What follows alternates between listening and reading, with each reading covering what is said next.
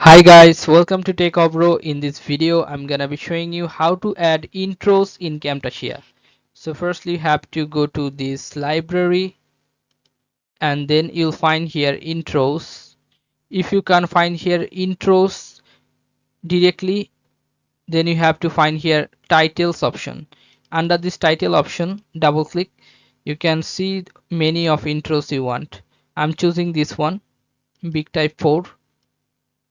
Just drag and drop to this screen, and if you click on this you can see the intro has been here.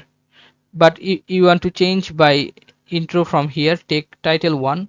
You can write anything you want, like take of row.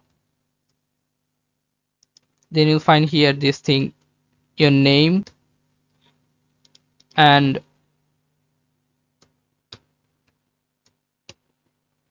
okay, now you can open this and see the intro.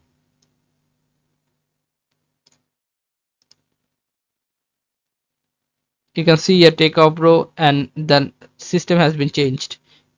This is what you write here, it will be showing here as the intro. Okay guys, so this is how you can do this. So guys, if you find this video helpful, then please give a thumbs up and don't forget to subscribe the channel. Thank you so much for watching the video.